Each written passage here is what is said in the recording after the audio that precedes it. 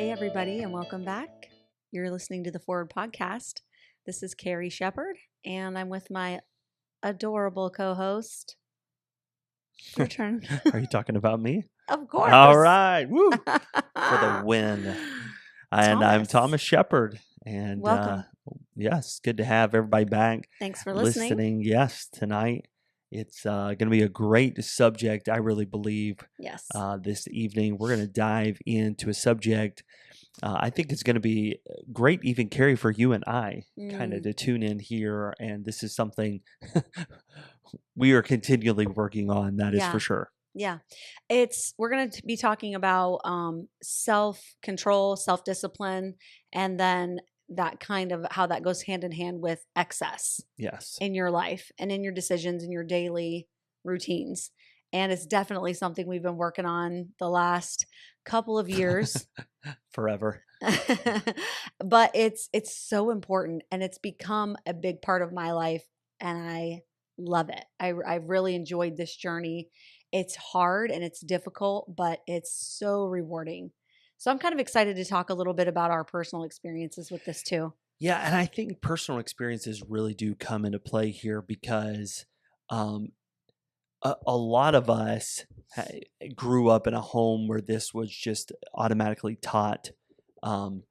Any type of self-discipline, very much a routine, can kind of be developed at a very young age. That's And true. For those who did not grow up in a home like that, this is an episode that you really have to tune into because kind of, if you're not careful, it'll follow you for a long time into your adulthood, and then you can even pass it down onto your kids as well. Yeah, and again, like this is such a near and dear topic to my heart because personally that has played out in our marriage, and in our partnership, walking through life. We grew up very differently. We did, and not as far as like spirituality. We both come from Christian homes. We were both homeschooled. Shout out to the homeschoolers. But we definitely grew up differently in our home life, and so that has been at times a challenge, but equal parts a joy and a blessing to have those differences. And so for me, it's been the self-discipline part of it has been difficult. We were disciplined, like, and ministry kids, pastors' kids out there will understand this. So we were self-disciplined when we were at church. Like we had to be on, right? Like we had to be friendly and helpful and looking for people to minister to and all these things. Like we were like little soldiers at church. But then our home life was very, very relaxed. And maybe because we were so strict and stringent at church, maybe, I'm guessing my parents like got home and were like, okay, it's chill time, which was awesome. As a kid, I had an amazing childhood, such a great upbringing, but it definitely was difficult as an adult and especially as a parent to realize that my habits from childhood were difficult as an adult. Yes. Why do you think, Kara, that there's a lot of people who are probably listening who don't understand that, like growing up in ministry, being a PK, they wouldn't even know what a PK is, a preacher's kid. And so kind of explain to them why you had to be on so much, why it was so different at church and that ministry, kind of limelight. Why was that so different? Oh, it's just the ownership, I mean, that's your dad's job. It's not, most people just go to church on the weekends and, it's just kind of a tradition their family has, or, even if you're really involved at church, it's just a different level of ownership when that's your family's livelihood. And so you kind of feel those personal responsibility, or we did back then. I don't know if it's this way still with pastors' kids, but back in the 80s and 90s, it was just that extreme responsibility of we have to make this place grow and we have to make people feel welcome. And it kind of fell on our family, especially when you start out in a smaller church. And so your family's kind of the only ones that take that leadership role. And I'm thankful for that in a lot of ways. It was very good training. But at the same time, like I said, it did force us into kind of a different type of upbringing than most kids. And so, and I think you can attest to this as an adult. I have struggled to kind of go into a normal Christian school schedule with our children and, just all those habits that come with a life that I've never lived before. Even though we are ministry and we are pastoring, it's different being the wife and the mother compared to being the kid. So self-discipline has been a journey for me in habits, in home life, but it's been so rewarding. Yeah. I think as a child, you do not appreciate what your parents bring you through and how they trained you until you're older. And then you realize, like there is a book out there. I know many of you have read it. It's by a Marine, and I can't remember the title right now, but it talks about the first thing you do in the morning is make your bed. Well, let me tell you, my mom was doing that long before this little book came out. I mean, maybe she wrote the book. It could be for sure. Or maybe it's one of my sisters that's the ghostwriter for this book, because mom was very much routine, very disciplined in the way that she brought us up, in the fact that it was every single day, get up, first thing you make your bed, you go brush your teeth. You get dressed, you come upstairs, you're ready for breakfast. Breakfast is, 7 o'clock. By 7:30, we're done. We cleaned up, and, even though we were homeschooled, we were right into it. And so I think everybody's listening to this, whether you fall on one scale or the other, it's not that one's right and one's wrong by any means, because if you were brought up kind of like my wife, then you have a lot of work to do when you get to adulthood of, man, I got to be disciplined. I got to have some routine, and it just can't be, Lucky Charms every day and just live. But then if you were brought up the way that I was brought up, there's a lot of routine that actually is not super healthy. And you can carry that routine right into your worship. You can carry that right into religion. You can carry that routine into a very disruptive day you cannot handle.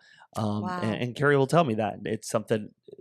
It's, again, not a bad thing, but there's me and a couple of my sisters that really struggle with dealing with the day-to-day. If the house is not perfect and the lines in the carpet aren't perfectly vacuumed, and that type A that came in really was kind of taught. And so, again, it's not that either one are right or wrong. It's both have work to do, and you appreciate what you got, just like I'm sure you appreciate that free spirit that you have. I appreciate the self-discipline, the routine that I had, but you cannot be unbalanced in this area. You've got to find middle ground, and I'll tell you why, and then we'll jump kind of into this. Is you will drive the opposite person crazy if you don't find middle ground here. Yeah. And to be clear, we're not talking about marriage, although it does apply. Oh, sure. But this can be if you've got a boss or a friendship, a family member, a roommate, like this, the opposite personality types, it really plays into so many different relationships. Yes, it does. I didn't know you were going to end there. That was so good. I was into it. I interrupted, so I was going to let you continue your thought. I was like, "Wow, this is so good. Just keep on going." And then I just stopped. See, I'm in a routine. Like, you finish your sentences. I did. I'm just joking. That's all I had up there. Well, okay.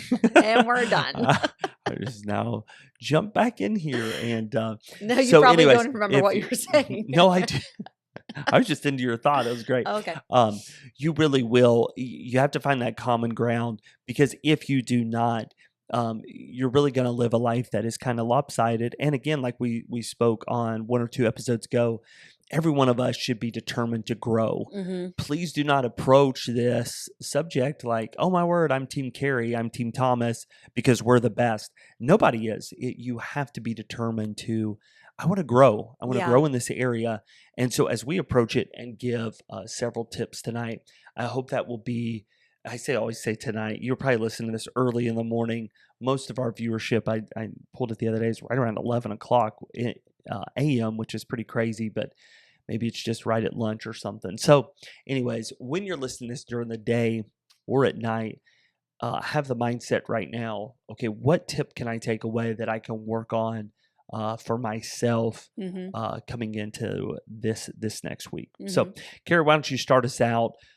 Give us some just tips this evening on self-discipline and excess. So the thing that has really helped me has been accountability with self-discipline. I am not naturally a disciplined person. I do not like routine. I don't like it. I get bored so easy. I'm like, why are we doing the same thing twice? Why are we eating the same thing 2 days in a row? I can't. But it's so necessary. It's necessary to have discipline in your life and to do the things that you don't want to do, right? You're not going to get results in so many areas. We did an episode on health, and of course that's the same thing, but it applies to spirituality as well.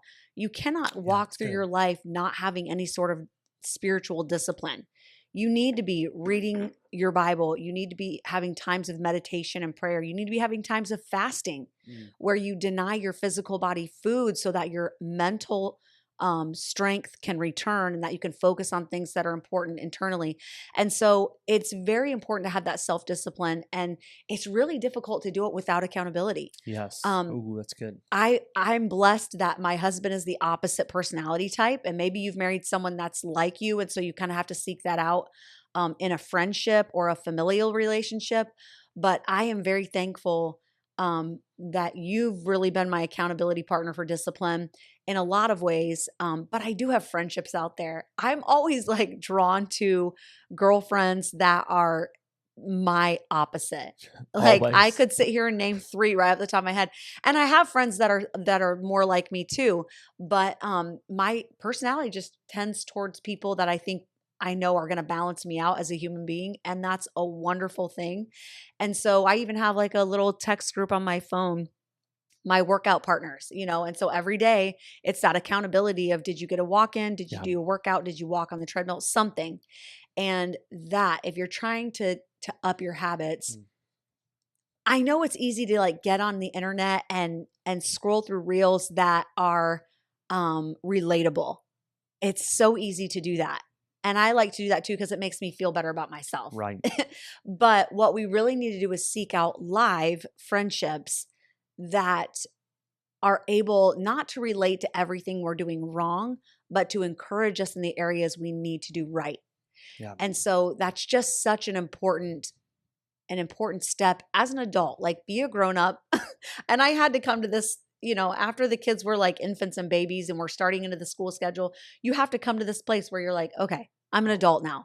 It's time to stop, barely scraping by in these weaknesses. It's time to grow and to build.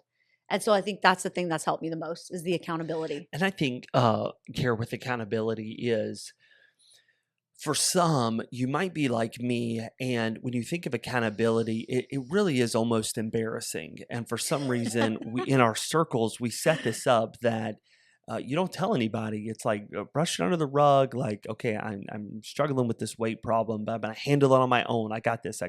And the Bible often talks about friendships and iron sharpeneth iron. And yeah, that's true. The Bible talks about a friend, a brother. What is it, Kara? No. It's a brother, and they go against brother is born for adversity. Yes, look at you. Thank you, Pastor Kari. What is that book that you just put in the Bible that knows all the Bible verses? I'm thinking encyclopedia. What? Concordance? Is that it? Yes. Like where you look and you learn about all the topics? Right. That's me. Oh, okay. Your concordance. It's also known as Google, but anyways, we do have some older people on here that listen, so they knew what you were talking about for sure. I couldn't even remember what it was called. In fact, my cousin, I was talking to him today. I had to tell you this, and he said, "Dude, loving your podcast, but stop saying tuned in." He's like, "For those of you tuned in," he's like, "What are we on a radio?" I tell you, I never even thought about it. I was laughing. You do say tune in a lot. Now that he not says tonight, that, I guarantee you. It. I'm paranoid to death not to say tuned in. Tuned in. Anyways, that's great. accountability is so vitally important, and don't be embarrassed on Yeah. this. As so often we're like, I don't want to get accountability or I tell somebody that I'm struggling with self-discipline. And this is just setting boundaries in my life. This is too embarrassing. And I've come to realize now, especially looking at so much feedback from from this podcast, is everybody struggles. Like Yeah. everybody goes through tough times. I think we'd be shocked at the amount of people who just it's life. We struggle. And I just want to tell you, it's okay. Don't get in this mindset, because Kari and I are not where we have a perfect marriage and perfect kids and we have this all under control and we balance each other out. No, we want to grow, and everybody has faults. And so accountability is huge. I love it, Kari. Yeah. Can I give a next tip here? Go for it. So self-discipline in your life really helps to set boundaries. And so practicing self-discipline allows you and I really to establish clear limits for yourself. This is now preventing you and I from behavior or this unhealthy habits that would be in our life. It helps set boundaries to the point of, look, it's okay to say no to things. It's okay to say yes to things. We, for some reason, there's a buzzword 30 years ago of standards, and then it got out of control, and then people took it in the wrong direction, and then all of a sudden, everyone is scared of this word standards. But I'd like to say everyone has standards. Like everyone has standards in their life. And so standards are just boundaries that you have. The Word of God has standards based on principles, based on the Word of God for us. And so everybody needs to understand that self-discipline helps to set these boundaries, that I can do this, but I can't do this. I'm going to set this boundary in my life. And that self-discipline allows you really to, once again, establish the clear limit of what I can and cannot do. Yeah. This is very healthy in your life. Everyone needs to be able to say, no, and everybody needs to be able to say yes. And then there can be those moments of a maybe. We talked about it in the podcast we did on health. Like, you and I are not on diets at all, but we watch what we eat. It's our lifestyle. And so we have set boundaries for us. We're not going to go gorge ourselves on, what are the cookies? I always forget. Why do you always bring up my favorite dessert? I know, I'm so sorry. Crumble cookie. Crumble cookie. Why are you picking on me? There's so many. You could say listen, pizza. You know, people struggle with pizza. Cupcakes or cake, they're like, what kind of weirdos are the shepherds eating cupcakes? So if I say crumble cookie, everybody's like, oh yeah, crumble cookie. I don't see the difference. It makes sense in my mind. I just feel like you always pick my thing. Why don't you say pizza? You know that's your weakness. I feel like crumble cookie is worse for you than pizza, though. Absolutely not. I'm offended on behalf of Where's Google? Google? What is worse for you? Okay, anyways. I can't remember where I was going with that.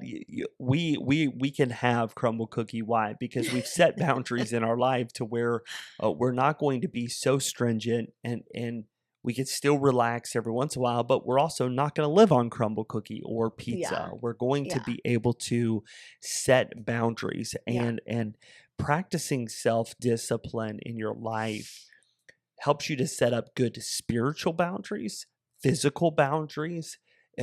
Being disciplined in things will allow you to be more successful at work.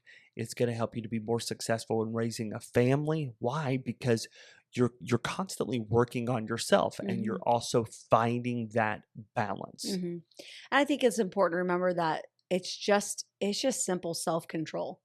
It's just self-control, and that kind of plays into excess. I love how much the Bible talks about excess. Like, there's so many things that are not bad, but the abuse of them is the sin, right? And what comes to my mind is sexuality, is intimacy, Like that's something God created. It's beautiful. It's wonderful. But it's the abuse of that action. It's the excess of that Absolutely. outside of marriage that makes it sinful.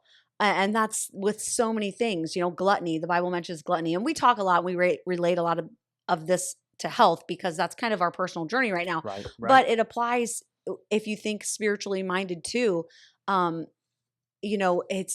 There's so much that we do for the Lord. But if you think of the Mary and Martha story, where, Mary sat at the feet of Jesus, but Martha, she was serving, and her serving was not sinful. It wasn't wrong, but it was the excess of that where she put that above the most important thing. Right. And so the boundaries are awesome because it's just being an adult and saying, I'm responsible for myself and I'm going to set boundaries and I'm going to set my self-control to the point where I'm not living in a way that people are putting up with me. Mm-hmm. Right? I'm not living in a way where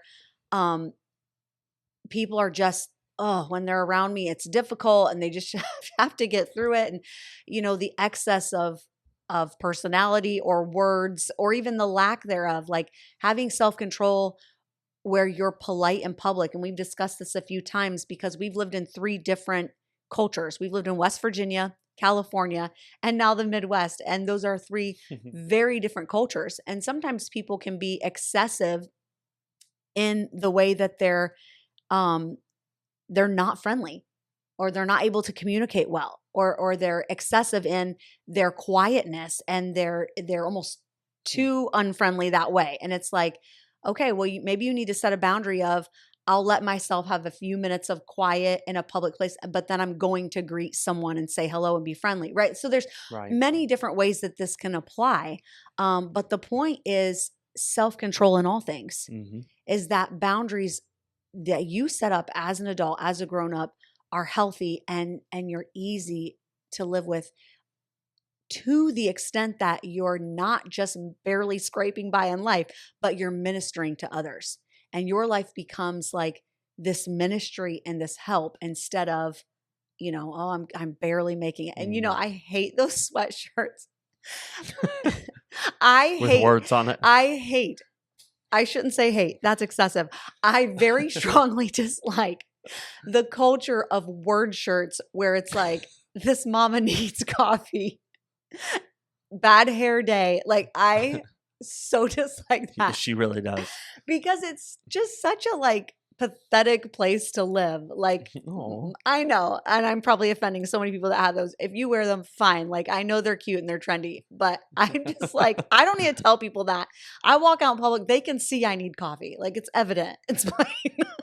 Give this girl a cup of coffee. Our kids will tell you if you need coffee. Yeah, I don't know. But it's just, we shouldn't have that. And I say that in jest mostly. I really don't care. But it's that whole overview of your life. Like, is that how you live? Are you walking out the door like I'm barely making it? Like, and you have zero self-control and everyone's just kind of like handling you when you're around? Or do you have those, like, I love how you said, like those balanced boundaries where your life is a blessing to others?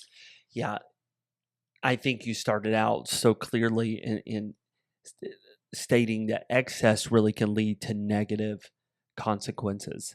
Overindulging, whether it be activities or substance behaviors, it's always going to have really carry that negative effect, and it's going to lead to whether it be physical or mental, emotional. There's going to come harm that comes to you, and so once again, highlighting the importance of self-discipline will allow you to maintain that balance that you need in your life. And the Bible says a false balance is an abomination unto God. And so even God wants balance in the world. It's why there's so many things that are created in twos. And when we get into that excess, that's where really we're in big trouble. You talked about it from a sexual aspect, and there's so many other even spiritual aspects that we could talk about that might not necessarily be wrong, but when they are done in excess, that's where the real harm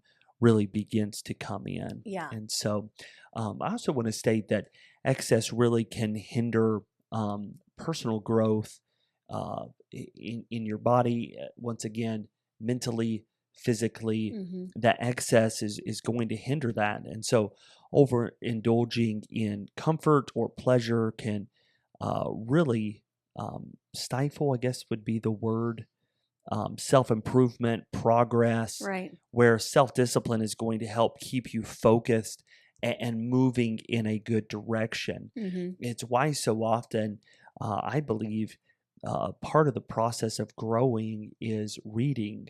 I think as Americans, we've almost stopped reading, and we need to. We're such in a mindset now of just scrolling through TikTok and Instagram and YouTube Reels that we have really put down the books. And self-discipline is changing your mindset to sit down for a little while and begin to really read and self-improve yourself help yourself improve and moving in a direction that is healthy, positive, and of a mindset that if I do this, and if I work on myself, and if I set boundaries, and if I find that balance, you hear this, you think, oh my goodness, that is so stressful to try to get there. But actually, it's really not stressful. That's when you start to live your probably most joyful life, is realizing, even for Kari, again, we're going back to health, but we're not stressed out. I'm not stressed out at all. We walk. We'll probably, it's now 11:30, but we'll probably still go walk after this, and we feel good. We splurged a little bit this afternoon, but once you find that balance in life, that's where you really start living a joyful life. The same is true spiritually. When you have that balance of self-discipline, you're not using the excess. It's a very healthy way to live your life, because here's what we often do is we think, okay, I have to be self-disciplined, so I have to be totally stressed out about my devotions. That's not how God designed it to be. I missed my devotions yesterday, and I got to catch up. And I'm trying to read through the Bible in a year, and I'm just hold on, time out. Look, find the middle. Christianity always has been battling this since Christ stepped foot here. We battled the excess that all the Pharisees had added to the law, and yet we still do that today. We think, okay, we have to be self-disciplined. And we go the opposite direction, and we keep adding, and we're stressed out. And to be honest with you, that's not a great way to live. I mean, how many hills now, Kari, we talk about all the time? There's not a lot of hills that Kari and I are willing to die on. And the ones that the Word of God does give us are the most important. The rest are really or they are man-made. And that excess is going to really stress you out. Yeah. And it's just no way to live. It really is, it becomes sinful when even with good things, even with your own health, your own body, you start to work out to be healthy. Before you know it, you're in the mirror all the time. You're so posting constantly your body. Like, that can be excessive, even though that's a good thing. But again, it's about keeping everything in its place to where your life is a joy and a ministry and a help to others, where your life has Christ as the focus, Christ as the center, and everything that flows from that is this organic love that He flows through you. It's not your way or your will. It's not your obsessions. It's not, our culture leans so hard into self-love in such an unhealthy way. And I like to tell our kids now, like, it's self-respect. I don't like the term self-love. I mean, yes, we should love ourselves because God loves us, but I like the term self-respect. Like, that self-love can quickly degenerate into selfishness and self-obsession and pride. But I want to treat my body with respect. and I want to treat God's temple and his creation with respect. And so I just like that thought of, I'm not going to be excessive with my appetite. I'm not going to be excessive with my comforts, Yep. with my activities. I'm not even going to be excessive. And I know this sounds weird, with my spirituality, to the point of, making it exclusionary. Like I don't want to exclude my family. Like, no, kids, get out of my room. This is my quiet time. And I've been in there for 2 hours. Like, it's not wrong. But you also have to balance with, like, well, take your devotions out and do that with your kids. Don't go so obsessive with all of your own things that you're leaving your family out, or you're missing that time of being impactful to the people that are around you. And we said it earlier, accountability was a help, and that's definitely been a huge help in my life. But another thing is just, sorry, am I going slow? You're looking at down. me. Come on, girl, pick it up. Everybody's trying to organize all this 2 in my times thoughts. speed, and they're like, "Is this on 1 time speed?" Now I forgot what I was going to say. Oh, come on, you got it. I I'm lost sorry, it. I lost you. it. What was I saying? Okay, so let me put you on the you spot. go for it. All right, let's take a commercial break here. I'm going to ask you. So I'm not going to say for everybody tuned in, but for everyone who's listening, what is one area you feel like in your life right now you're like, okay, I need to step up? If you were listening to another couple give this and you're like, ooh, self-discipline, here's where I need to step up in. You're a mom of 5, you work full time, you volunteer 20 hours at the church. Like, okay, so you are a very, very busy woman. So for every mom and single moms and females that are out there, they're listening, where does Kari shepherd? What would you say? Here's what I need to work on. Oh my! I know, I like this. I have so many things. Okay, let me write this down. Yeah, I know. You're gonna have a little journal going. Keep me accountable. No, it's recorded now. You can tune in to your own broadcast. I'm always trying, of course, health, that's just a continual thing. Trying to improve in that. But in my self-discipline, probably time management, I would say. I'm good at lists. I like making a list, and then I lay it on the counter and forget about it. Good. Yeah, that's good. What about you? What's yours? Oh, I don't have one. I'm You're literally perfect. I was just trying to think.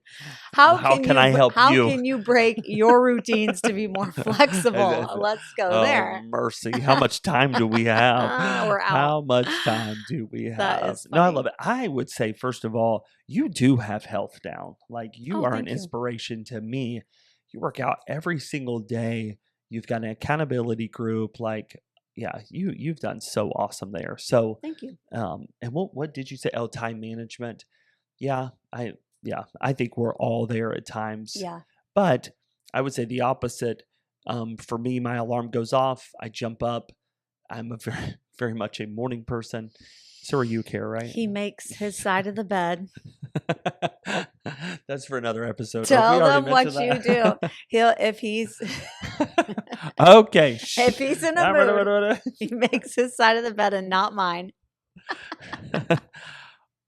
Okay. You haven't done that in a while, but for a minute you were doing that. You were trying to get me to Isn't that make so my side silly? of the bed. I would let Kari know, because I'm quiet. I don't get mad. I don't blow up, but I will get definitely moody, very quiet. So I had to show Kari our marriage is not where it should be. So I would get up and make my side of the bed and not hers. Our marriage is not where it should be. Is that what that was? This has just turned into a therapy section. I thought you just did it because you didn't like that I didn't make my bed in the morning. Oh, well, that too. But you still wouldn't make it. So that was. I didn't even notice.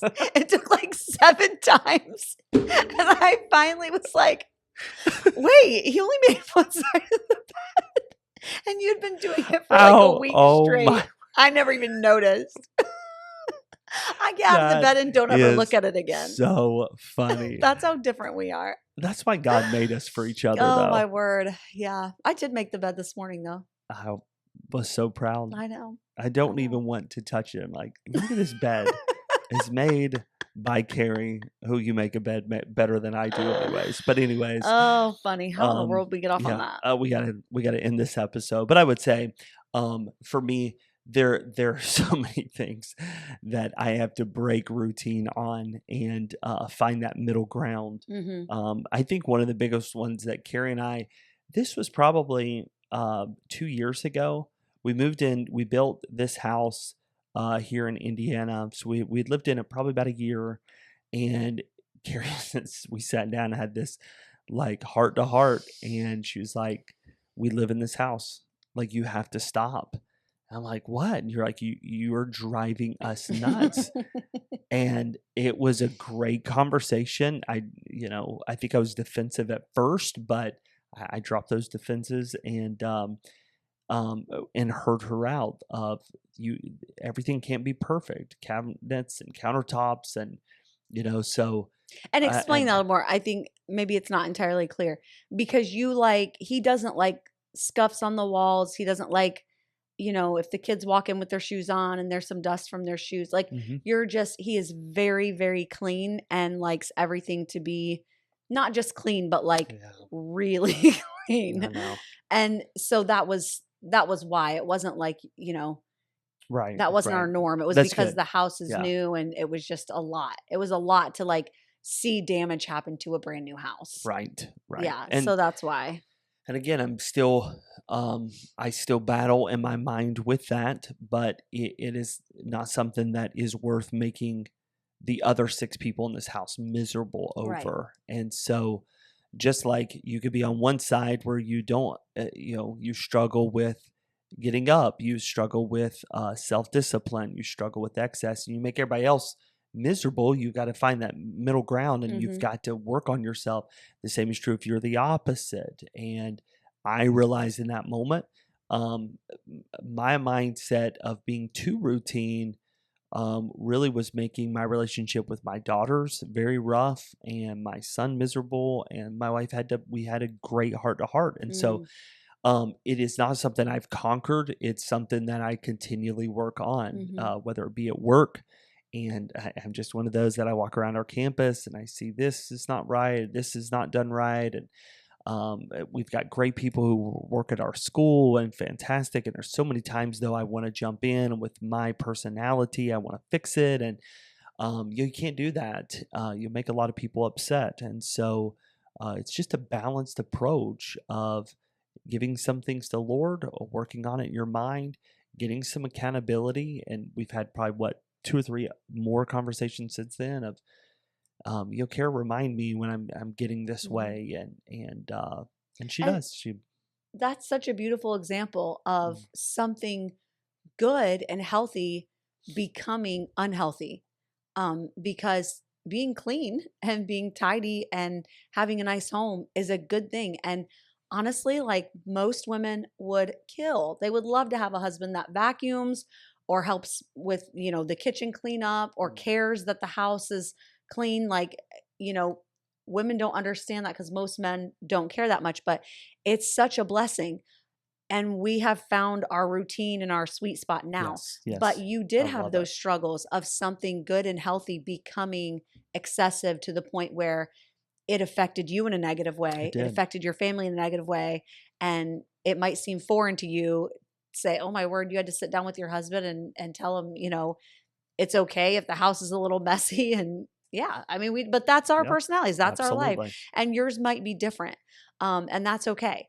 But the point is not, that's why I don't like social media for a lot of things, because you see someone doing something, you're like, that's the way I have to do it. That's the right way. Life is not like that. No, there are too many variables in from person to person and family to family. And so the point is to have that balance where healthy things remain healthy and good things are not ruined by your indulgence of them. So good. So good. I love it.